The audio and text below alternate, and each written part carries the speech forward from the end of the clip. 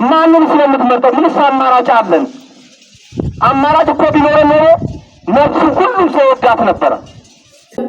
በአማራ ክልል ላሉት ፋኖች ለህዝቡ ተቃውሞ እንዲህ አይነት ነገር ምክንያቱም እሱ የያዘው እሳት ነው የያዘው አደጋ ነውና እሳት ለብሶ እናንተ መሃል መቆም የለበትም። ቪዲዮ መስራት ካለበት መልእክት ጊዜው ዲጂታል ነው። ሁሉ ነገር በስልካችን ስለሚደርሰን ህዝብ መሃል ቆመን ቪዲዮ መቅረጽም አይጠበቅብህም። ጫካ ግባና ቪዲዮ ስራ ቪዲዮ ያለንበት ይደርሰናልና እንደው ይቅርታ አድርጉልኝና ህዝቦች ይሄንን ጉዳይ መቃወም አለባችሁ።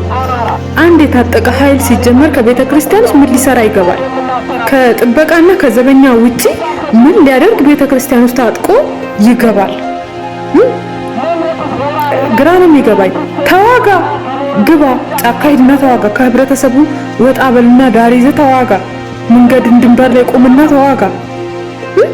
ግን ይሄ ህዝብ መሃል ቆሞ እንዲህ አይነት ንግግር ነገር አጠገብ የቆሙት መስቀል የተሸከሙት አባት ታቦት የያዙት አባት ቤተክርስቲያን ተደፈረች፣ አባቶች ተገደሉ፣ እንደዚህ ሆነ።